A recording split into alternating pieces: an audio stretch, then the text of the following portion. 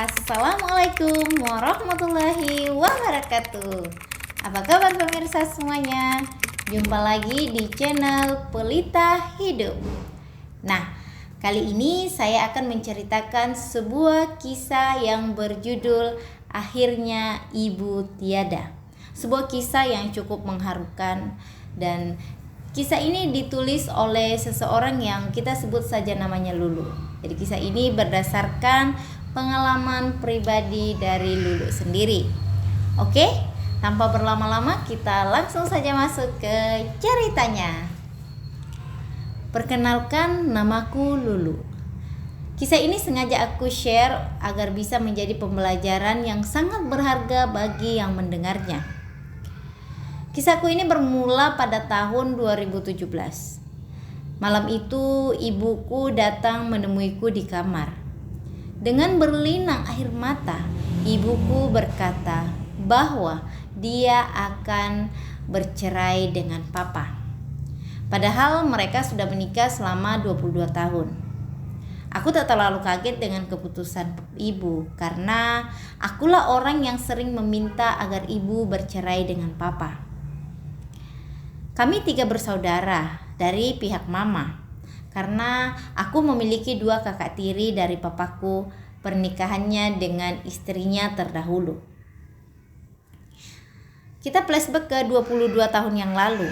Saat itu mama dan papaku menikah. Di waktu itu papaku belum setajir sekarang. Dulu papaku hanya seorang guru honorer, begitu juga dengan ibuku. Tapi setelah aku lahir, papaku berpikir bahwasanya pekerjaannya sekarang itu tidak dapat mencukupi kebutuhan kami. Sehingga papaku memilih untuk resign dan papa mencoba untuk membuka usaha kecil-kecilan. Sedangkan ibuku tetap mengajar dengan gaji yang tak seberapa. Tapi qadar Allah, setelah 3 tahun merintis usahanya, akhirnya kehidupan ekonomi kami berlahan membaik. Akhirnya ibuku disuruh resign oleh papa. Nah, pada tahun keempat lahirlah adikku yang diberi nama Rangga. Papaku itu sebenarnya loyal, tapi kadang-kadang papaku berbuat semena-mena. Papaku tak segan-segan melayangkan pukulan pada ibuku jika ada hal yang tidak berkenan di hati papa. Tapi ibuku selalu memaklumi. Karena kata mama, papa pernah dirawat di RSJ akibat depresi setelah diceraikan oleh istri pertamanya. Jadi ketika papaku bertindak kasar, dia selalu berdalih jika dia teringat dengan masa lalunya. Semakin tahun kehidupan kami semakin membaik. Dan di tahun ke-8 pernikahan mama dan papa, lahirlah adikku yang bungsu bernama Ian. Usaha papaku yang bergerak di bidang ekspor impor membuat papa semakin jarang di rumah. Pernah sekali saat papaku keluar negeri, mantan istrinya tiba-tiba datang ke rumah bersama kedua anaknya. Kita sebut saja namanya Mas Farhan dan Mas Yuda. Mas Farhan waktu itu sudah berusia 12 tahun, sedangkan Mas Yuda berusia 11 tahun. Ibuku kaget karena baru kali ini mantan istri papa datang. Dan rupanya mantan istri papa ini mau menitipkan Mas Farhan dan Mas Yuda karena dia beralasan bahwa suaminya gak ingin ada anak di rumahnya. Ibuku waktu itu diam saja. Dia tidak menolak, tapi dia juga tidak bilang mau menerimanya. Ketika papaku pulang dari luar negeri, dia sangat kaget karena kedua anaknya sudah ada di rumah. Papaku entah kenapa sempat histeris waktu itu. Mungkin karena dia teringat saat mantan istrinya memisahkan paksa antara dia dan anak-anaknya. Aku sebenarnya nggak tahu apakah papa senang dengan hadirnya kedua anaknya itu atau tidak. Karena setelah papa histeris, papa langsung masuk ke kamar. Dan sejak saat itu, papa sangat jarang ngomong pada kedua anaknya itu. Dia hanya mau ngobrol dengan aku dan kedua adikku. Ya mungkin karena papa trauma. Tapi sejak hadirnya kedua kakak tiriku, papaku semakin beringas. Semua kekesalan papa pasti dilampiaskan ke ibu. Dan anehnya ya ibu hanya diam saja. Ketika aku tanya, ibu hanya bilang jika ibu nggak boleh macam-macam.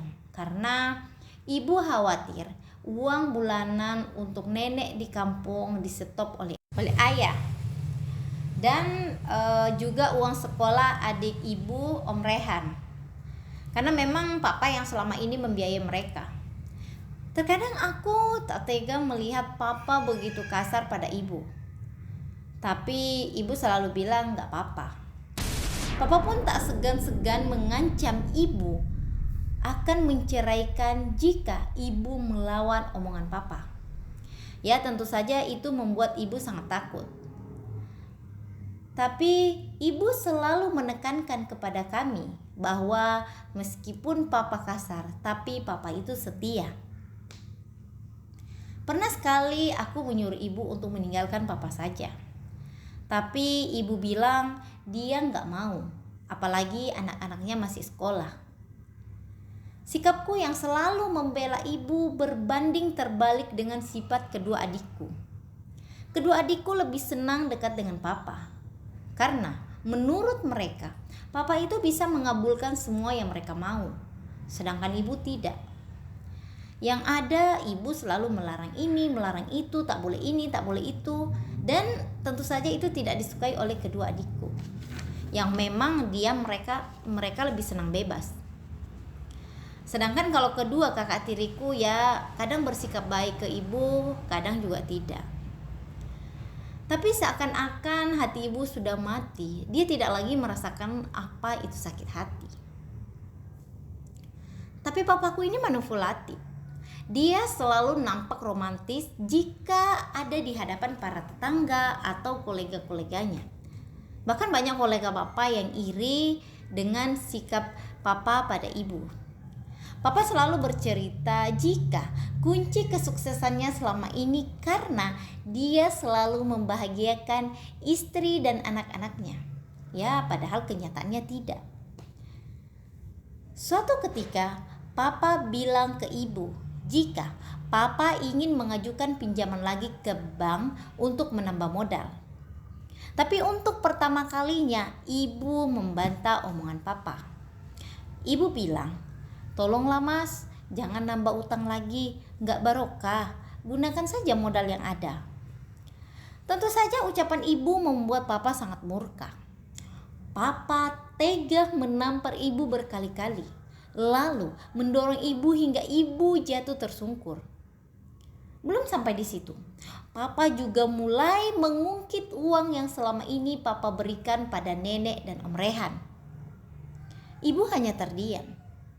Papa yang melihat ibu masih terdiam, ini masih sangat murka. Papa ingin meninju muka ibu yang tengah duduk di lantai.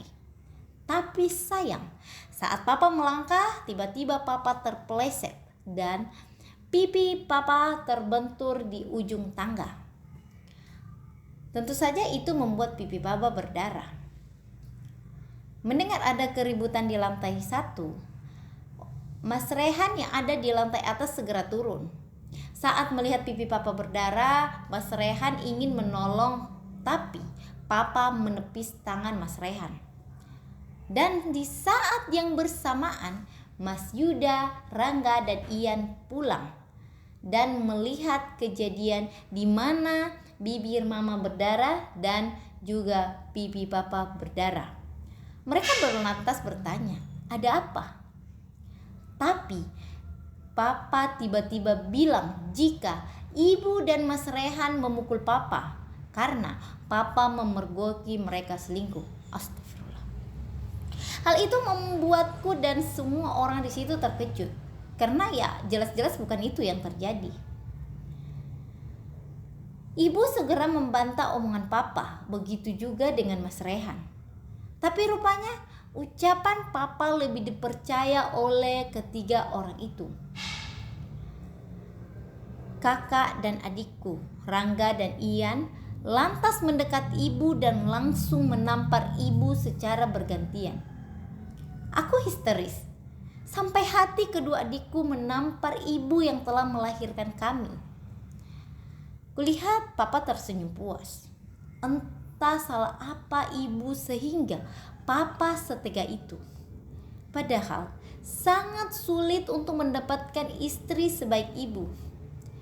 Tapi sepertinya harta telah membutahkan hati papa dan juga adik-adikku.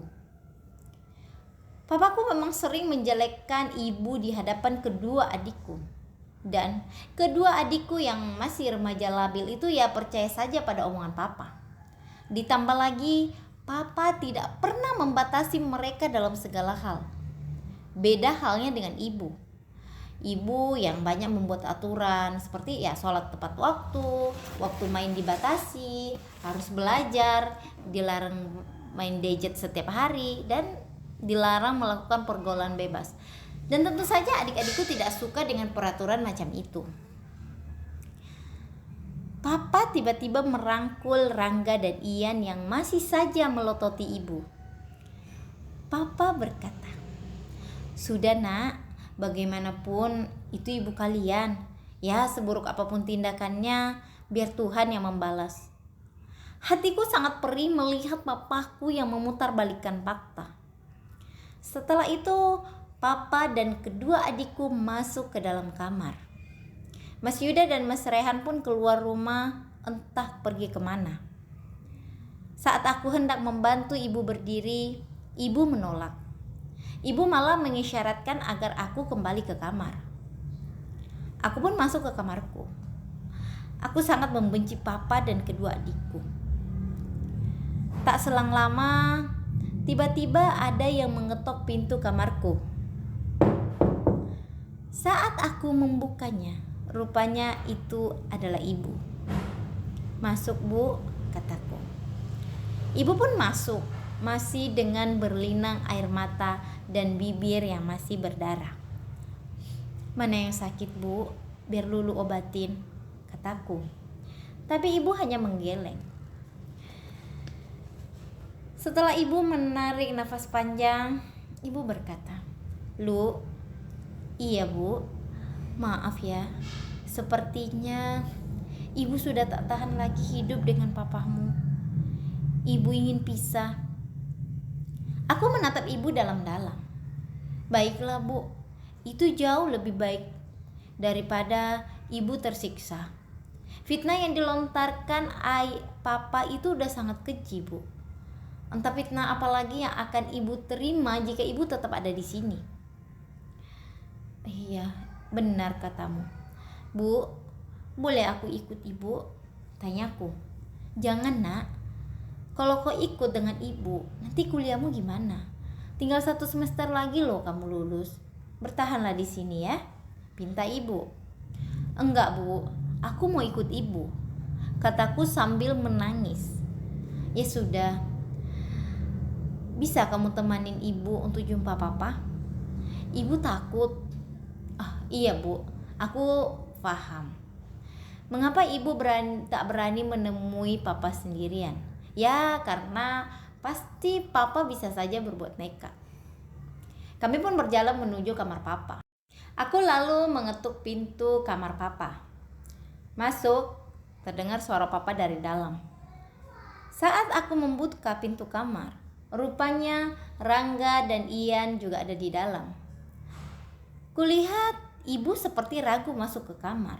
Padahal kan itu kamar ibu dan papa. Sepertinya ibu sudah ada di bawah titik nadir terendah saat itu. "Ada apa?" tanya papa. "Ini Pak, ibu mau ngomong." Mau ngomong apa lagi dia?" Ibu hanya berdiri mematung. Entah apa yang ada di pikirannya. Karena kulihat ibu seperti ragu. Akhirnya akulah yang bilang, "Pak, ibu mau minta cerai." "Oh, berarti benar dong. Ibu dan Mas Farhan ada hubungan," kata Rangga. Diam kau Rangga. "Kau telah memfitnah ibu. Azab Tuhan sedang menantimu," kataku dengan lantang. "Kak, Salah ya salah, ngapain sih bela-belain orang salah? Sambung Ian. Terserah kalian. Dia tetap ibu sampai kapanpun, bahkan di saat kalian tak lagi menganggapnya. Jadi gimana, Pak? Tanyaku pada papaku. Ya udah. Narsi binti Fulan, detik ini aku jatuhkan talak 1 padamu. Silahkan keluar dari rumahku, kata papa. Aku menyeringai pada mereka. Lihat saja, orang zalim itu akan diazab, baik di dunia maupun di akhirat, kataku. Dan malam itu juga, aku dan ibu keluar dari rumah mewah yang bagai neraka itu. Untunglah di dekat rumah kami ada wisma, jadi kami menginap di situ untuk sementara waktu. Ibu waktu itu tidak pegang uang sama sekali. Hanya aku yang memang masih ada tabungan yang cukup untuk biaya hidup berapa bulan. Aku masih teringat waktu itu. Waktu itu tepat jam 12 malam kami keluar dari rumah itu dengan berjalan kaki menuju wisma. Aku kasihan pada ibu. Dia udah susah payah mendidik anak-anaknya, tapi anak-anaknya malah durhaka padanya. Esoknya aku tetap masuk kuliah karena itu merupakan permintaan ibu. Ibu tak mau aku berhenti kuliah.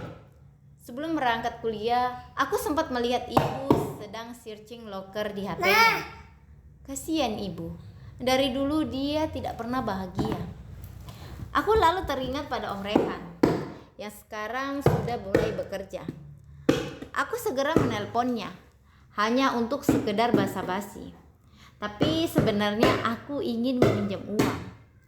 Tapi saat masih sementara menelpon, aku mendengar istri Om Rehan merepet. Entah apa yang direpetinnya. Sehingga aku mengurungkan niatku. Baru saja aku mematikan telepon, tiba-tiba ada lagi nomor telepon baru yang memanggil. Saat ku angkat, rupanya tetangga nenek di kampung. Dia mengabarkan jika nenek telah meninggal dunia. Innalillah. Ibuku yang mendengar mamanya wafat begitu sedih. Lebih sedih lagi saat ibu mengingat jika dari dulu dia sanggup menderita asalkan nenek bahagia. Beberapa kali nenek meminta untuk tinggal bersama kami waktu masih serumah sama papa, tapi papa menolak. Hanya saja papa ini pandai. Dia menyuruh mama ngomong ke nenek jika nenek belum boleh tinggal bersama kami karena ibu belum siap. Sampai nenek wafat, beliau tidak pernah tinggal bersama kami. Hari itu juga kami pulang ke kampung untuk melayat. Kulihat wajah nenekku yang sudah pucat. Ibu masih linglung, seakan tak percaya mamahnya telah tiada. Samar-samar ku dengar bisikan tetangga yang bilang, tega kali mereka ya. Mamanya dibiarkan sendiri di kampung, sementara mereka enak-enak di kota, hidup mewah. Aku menelan saliva. Rasanya ingin kutonjok muka tetangga itu. Tapi ini masih dalam suasana duka. Beberapa hari setelah nenek meninggal, aku dan ibu terpaksa balik lagi ke kota. Awalnya ibu ingin tinggal saja di kampung, tapi aku melarangnya. Karena aku tak mau ibu jadi bahan nyinyiran tetangga. Sedangkan Om Rehan, dia tidak datang sejak nenek meninggal, ya dengan alasan anaknya sakit. Aku mengutarakan niatku pada ibu untuk kuliah sambil bekerja. Tetapi ibu tidak setuju. Kata ibu, biarlah dia yang bekerja. Dan benar saja, ibu memang yang jago masak itu mulai masak dan menjajakan hasil masakannya melalui online. Tak terasa 1 bulan telah berlalu. Pagi itu aku sangat kaget saat membuka media sosial. Di situ jelas ada berita tentang seorang pengusaha yang sedang sakit, tapi istrinya malah minta cerai. Dan parahnya lagi, istrinya itu selingkuh dengan anak tirinya. Di situ jelas ada foto papa dan ibu. Ya Allah, kuatkan ibuku. Berkali-kali dia difitnah oleh mantan suami dan anak-anaknya sendiri. Dan yang lebih menyakitkan lagi, saat aku membuka kolom komentar, semua netizen menyalahkan ibuku. Bahkan banyak sekali komentar yang tak sanggup aku baca. Para kolega papa pun sampai bilang, ibuku itu istri yang tak bersyukur karena dia sudah punya suami sebaik papa. Bahkan salah satu kolega papa yang mengajak untuk memboikot ibu. Jika ibu ingin melamar kerja, katanya jangan diterima, biar ibu kapok. Padahal mereka tidak tahu apa yang sebenarnya terjadi. Karena saking marahnya aku datang ke rumah papa. Dan saat aku datang, rupanya papa beneran sakit. Dan di situ ada beberapa kolega papa yang datang menjenguk. Saat mereka melihatku datang, mereka langsung menghasutku untuk ikut membenci ibu. Ya, yang mereka cap sebagai istri tak tahu diri. Aku langsung berteriak pada mereka.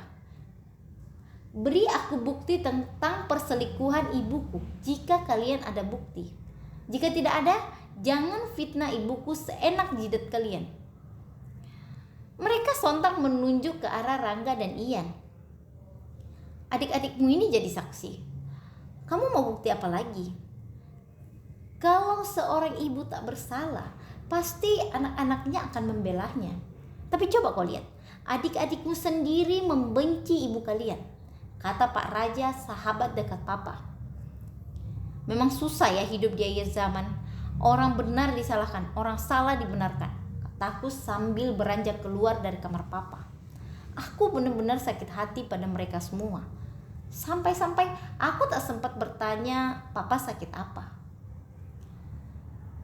Ibu yang awalnya tidak tahu, kini menjadi tahu. Dia berusaha bersikap tenang. Tapi lama-lama ibu tak tahan juga. Ibu semakin hari jadi pendiam dan jarang keluar kamar. Padahal belakangan ini ibu lagi semangat-semangatnya buat kue untuk dijual. Terkadang aku melihat ibu sujud begitu lama dalam sholatnya. Sepertinya ibu menyerahkan seluruh masalahnya kepada Sang Pencipta. Tak terasa aku sudah tamat kuliah. Senang rasanya. Akhirnya aku bisa menyelesaikan kuliahku. Begitupun dengan ibu. Ibu sangat mendengar. Akhirnya aku bisa menyelesaikan kuliahku tanpa bantuan papa lagi. Saat ijazahku sudah keluar, aku langsung melamar kerja baik secara online maupun offline, baik yang dalam negeri maupun yang luar negeri. Dan alhamdulillahnya, aku keterima di salah satu perusahaan yang ada di Jepang. Senang rasanya aku bisa bekerja. Setidaknya hasilnya ya untuk biaya hidup ibu dan aku. Saat ku sampaikan ke ibu jika aku keterima, ibu terlihat sangat senang. Bu, nanti jika Lulu udah gajian di sana, ibu ikut Lulu ke sana ya, kataku. Tapi ibu hanya tersenyum. Hari yang dinanti pun tiba. Ibu tak mengantarku ke bandara karena memang kondisi ibu lagi nggak fit. Lulu, panggil ibu. Iya bu. Sepertinya dalam waktu dekat ini ibu mau mondok di sebuah pesantren untuk beberapa lama. Ibu mau memperdalam agama sekaligus ya ibu mencari lowongan kerja di sana. Siapa tahu pesantrennya butuh pekerja, kata ibuku. Boleh bu, tapi rasanya ibu nggak usah kerja. Ibu fokus aja ibadah. Tapi kan bu, Lulu sebenarnya sedih loh nerima kerjaan ini, kataku. Kenapa? Tanya ibu. Ya karena masa kontraknya 2 tahun bu, dan selama masa kontrak itu Lulu nggak bisa balik. Lulu nanti pasti sangat rindu sama ibu, kataku sambil menyeka air mata. Gak apa-apa, kamu tenang aja. Kalaupun gak jumpa di dunia kan bisa jumpa di akhirat, jawab ibu. Ih, jangan ngomong gitulah bu. Lulu ingin kali membahagiakan ibu selama hidup Lulu. Amin, jawab ibuku. Aku pun pamit pada wanita yang paling kusayangi. Sejak tiba di Jepang, aku selalu menyempatkan diri untuk memberi pesan lewat WA pada ibu. Dan ibu bilang dia sudah masuk ke pesantren. Hari-hari selanjutnya aku begitu sibuk sehingga kadang aku lupa ngabarin ibu. Sudah 10 hari aku di Jepang. Ibu sudah makin sulit dihubungi. Aku kadang berpikir ya mungkin karena pesantren yang ibu tempati ada di pelosok sehingga jaringannya susah. Yang aku lupa tanyakan pada ibu adalah lokasi pesantrennya. Jadi setiap malam aku mencoba untuk menghubungi ibu, tapi HP ibu sudah tak aktif. Aku mulai gelisah. Tapi aku berusaha untuk menenangkan pikiranku bahwasanya ibu kan ada di lingkungan pesantren, jadi insya Allah aman. Tapi sudah sebulan aku tak ada komunikasi dengan ibu. Aku mulai bertanya, ada apa dengan ibu? Apakah dia tak rindu lagi denganku?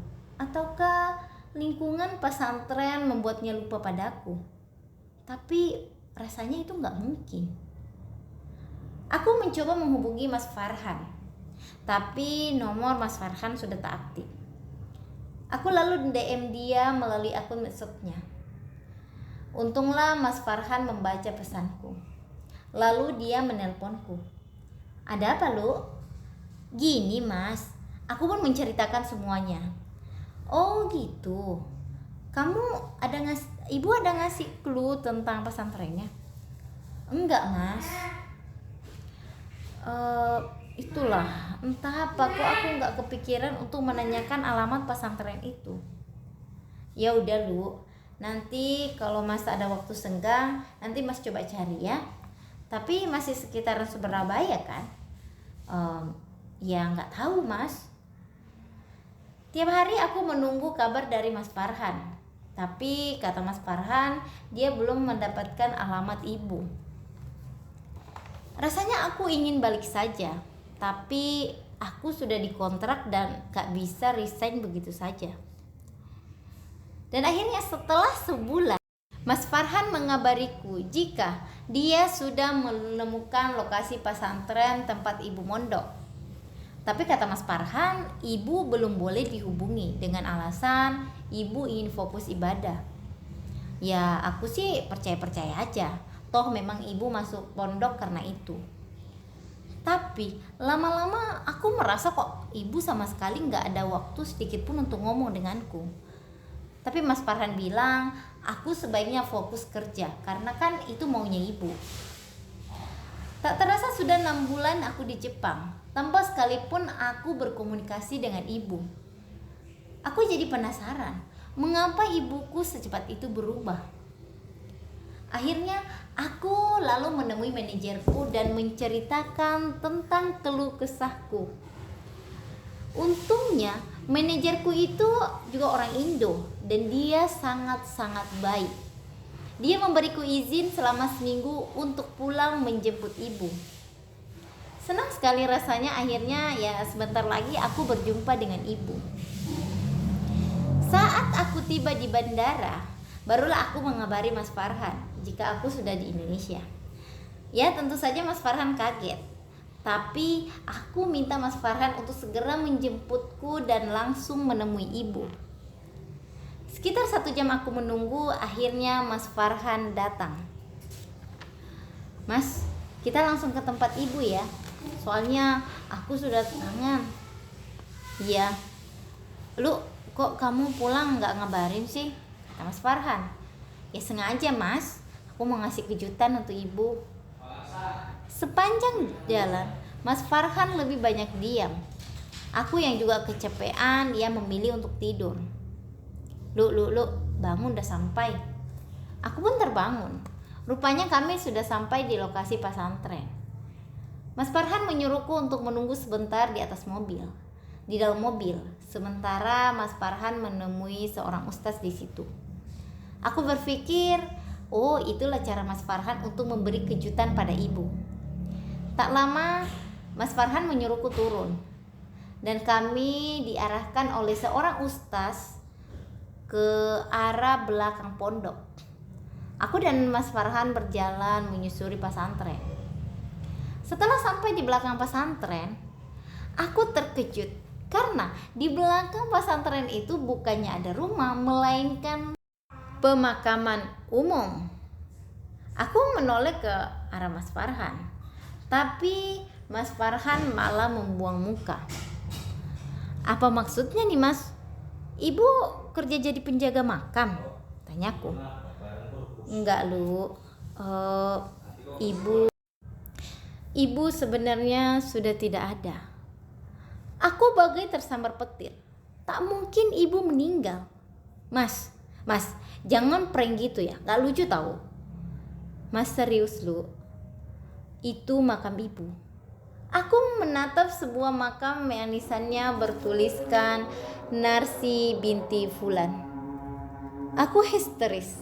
Tak mungkin ibu pergi. Aku menonjok-nonjok Mas Farhan sejadi-jadinya.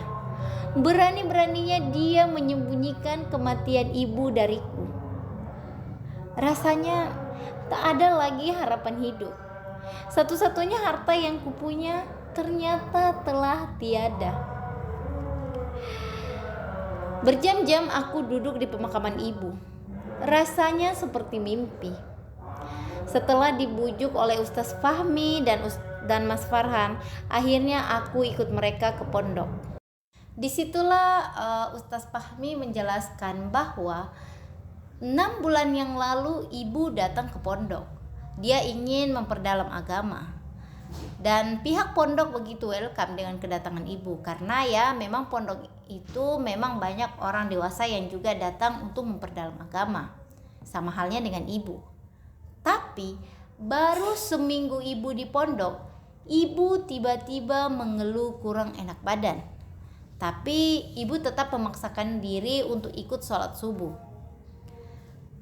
Setelah sholat subuh, kondisi ibu makin lemah.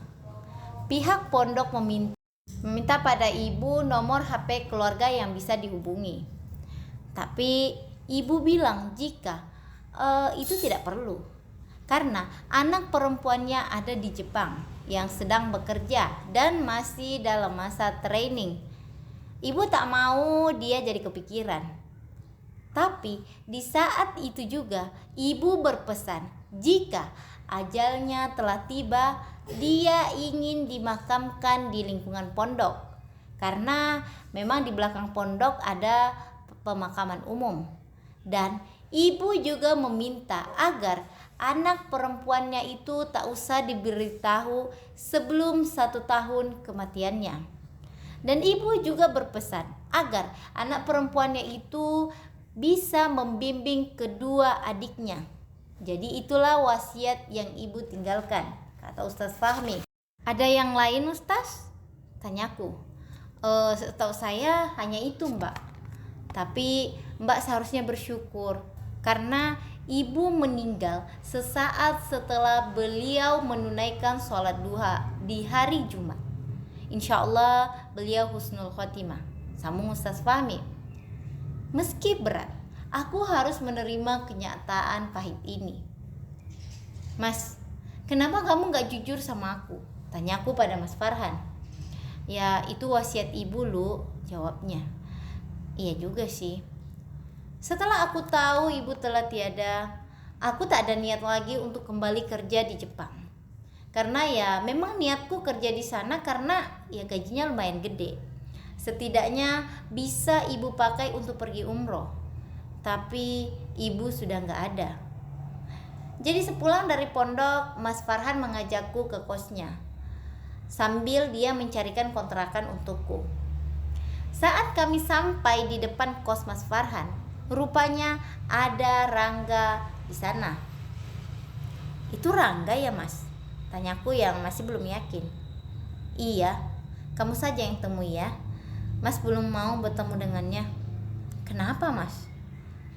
Ya, karena Papa dan Rangga tega memenjarakan Yuda. Hah? Kenapa? Karena Yuda memukul Rangga. Karena Yuda merasa fitnah yang mereka alamatkan kepada Mas dan almarhum ibu itu udah sangat keji. Sehingga mereka melapor ke polisi dan akhirnya Yuda ditahan. Astagfirullah. Kemarahanku kembali memuncak. Anak itu betul-betul tidak tahu diri. Dia harus diberi pelajaran. Aku pun turun dari mobil, lalu segera menghampirinya. Kak Lulu?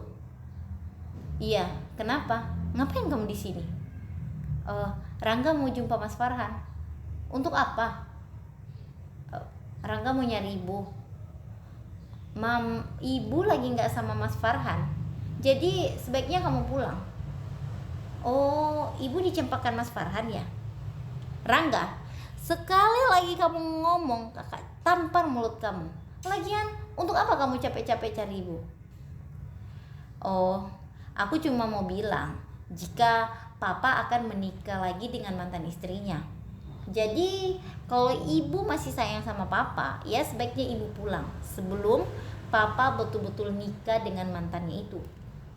Oh, nggak apa-apa. Papa mau nikah ya udah, biarin aja dia nikah. Nggak usah usik-usik ibu. Ibu sekarang udah bahagia. Paham kamu? Kata aku lantang. Oke? Jangan sampai nanti ibu nyesal ya, kata Rangga sambil beranjak pergi. Aku pastikan ibu nggak akan nyesal, teriakku padanya. Ada apa, Lu? Ngapain Rangga kemari? Tanya Mas Farhan. Itu, Mas. Dia lagi nyari ibu. Katanya papa mau nikah lagi sama mamanya Mas Farhan. Oh, biarin aja. Kita nggak usah ikut campur. Mas Farhan. Karena aku tak lagi kerja di Jepang, akhirnya aku memilih untuk mencari kerja di sekitaran Surabaya. Sekaligus ya untuk memantau karma apa yang akan menimpa orang-orang yang telah menzalimi ibuku. Singkat cerita, papa dan mantan istrinya itu akhirnya menikah juga. Tapi baru 3 bulan menikah, aku mendengar kabar jika papa dilaporkan ke kantor polisi dengan pasal kekerasan dalam rumah tangga. Dan yang melaporkan itu ya istri barunya itu sekaligus mantan istri pertamanya. Aku berpikir ya pasti papa sangat terpukul karena wanita yang sangat dicintainya itu dan selalu dia banding-bandingkan dengan almarhum ibu telah melaporkannya. Masih teringat jelas di ingatanku, dulu papa selalu membanggakan mantan istrinya itu dan ibu tak ada apa-apanya di mata papa. Dari hasil wawancara yang aku saksikan di media sosial, ibu tiriku itu telah melaporkan papa karena selama mereka nikah, dia baru tahu jika papa orangnya temperamen. Bahkan secara belak-belakan, ibu tiriku itu bilang jika papa lah yang selama ini menyiksa mantan istrinya, which is ibuku. Ya, tentu saja netizen sangat kaget, apalagi para kolega papa yang sudah terlanjur mencaci maki ibu. Dan di kesempatan itu juga ibu tiriku menggugat cerai papaku. Ya, aku tak tahu apa reaksi papa. Tapi ternyata ya papaku hanya ditahan selama 6 bulan. Entah apa sebabnya, mungkin karena ya dia banyak uang atau karena entah apa. Setelah papa lepas, papa pula yang balik menyerang mantan istrinya itu dengan bilang jika mantan istrinya itu tukang main serong. Dan dengan bukti yang papa punya, mantannya itu kini mendekam dalam penjara. Tak lama, satu persatu kolega papa yang pernah dengan terang-terangan membuli ibu menuai balasannya. Ada yang cerai, ada yang bangkrut, ada yang kena stroke, dan sebagainya. Aku hanya menyaksikan semua itu. Di situ aku tersadar bahwa azab itu nyata. Azab is real. Sementara kedua adikku ya masih baik-baik saja. Mungkin karena doa ibuku yang selalu menyertai mereka. Ya, tapi ternyata dugaanku salah. Tak lama Rangga memberi kabar jika Ian, adikku yang paling kecil, masuk penjara karena terbukti mengonsumsi narkoba. Rangga perlahan-lahan mulai mendekatiku. Ya, sepertinya dia mulai sadar jika selama ini dia salah. Bukan ibu yang melakukan itu, melainkan papa. Tapi aku tak mau menggubrisnya. Bahkan dia sampai berlutut agar aku mempertemukannya dengan ibu. Ya, sebelum azab juga menimpahnya. Karena aku tak mau lagi berurusan dengannya, akhirnya aku bilang jika ibu sudah meninggal dunia. Rangga seakan-akan tak percaya, tapi aku memberikan alamat pondok tempat ibu dimakamkan. Ya, aku tak tahu apakah dia benaran ke sana atau tidak. Singkat cerita, 3 bulan setelahnya aku mendengar kabar dari Ustaz Fahmi jika Rangga mondok di pesantrennya. Dan yang lebih mengagetkan, ternyata bukan hanya Rangga yang mondok di pesantren itu, tapi papaku juga. Aku tak tahu apa alasan papa. Dan Ustaz Fahmi juga bilang jika papa adalah donatur tetap di pondok itu. Dan yang lebih mengejutkan lagi, papa dan Rangga menggelar konferensi secara live di akun media sosial mereka. Mereka berdua mengklarifikasi tentang fitnah yang selama ini mereka sebarkan terhadap almarhum ibu dan Mas Farhan. Aku langsung cus ke komen netizen, dan benar sekali. Mereka yang awalnya nyinyir pada ibu, kini beralih nyinyir pada papa.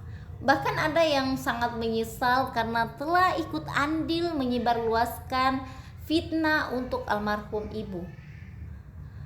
Apalagi setelah mereka tahu jika ibu telah meninggal dunia tanpa sempat mereka meminta maaf pada ibu. Sejak saat itu, papa menjual perusahaannya dan lebih fokus memperdalam ilmu agama di pesantren bersama dengan Rangga. Ian pun ternyata menjadi seorang hafiz selama dia dalam tahanan. Aku sangat yakin ini berkat doa yang sering ibu panjatkan sewaktu ibu masih hidup. Melihat perubahan papa dan kedua adikku, aku memilih untuk memaafkan mereka. Apalagi ada wasiat ibu agar aku mendidik kedua adik-adikku. Singkat cerita, awal tahun 2023, Rangga menelponku dan mengabarkan jika papa jatuh sakit. Aku segera ke pondok untuk menjemputnya. Sejak saat itu, papa dan kedua adikku tinggal bersamaku. Sedangkan Mas Farhan dan Mas Yuda sesekali menjenguk papa.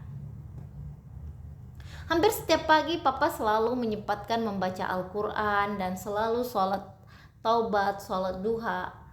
Dan papa selalu hampir setiap minggu itu mengunjungi makam ibu. Berkali-kali bapak memohon maaf kepada ibu di atas pusaranya. Bahkan papa selalu mengatakan bahwa patah hati terbesar adalah jatuh cinta pada orang yang telah tiada. Bapak selalu menyesali setiap perbuatan yang dia pernah lakukan pada ibu. Tapi ya, nasi sudah menjadi bubur. Dan sampai sekarang aku masih setia merawat papa yang mengalami stroke. Mudah-mudahan papa selalu diberi kesehatan. Semoga dia bisa sehat seperti sedia kala. Kami pun sekarang udah mulai bahagia dan melupakan semua masa yang pernah berlalu. Rangga pun menjadi ustaz di pesantren tempat ibu pernah belajar. Sedangkan Yuda melanjutkan pendidikannya di negeri Mesir. Jadi tinggal aku dan papa yang ada di rumah. Oke, itulah kisah dari Mbak Lulu. Banyak hikmah yang bisa kita petik dari kisah ini. Oke, sebelum kita tutup, jangan lupa like, comment, and subscribe. Terima kasih. Assalamualaikum warahmatullahi wabarakatuh.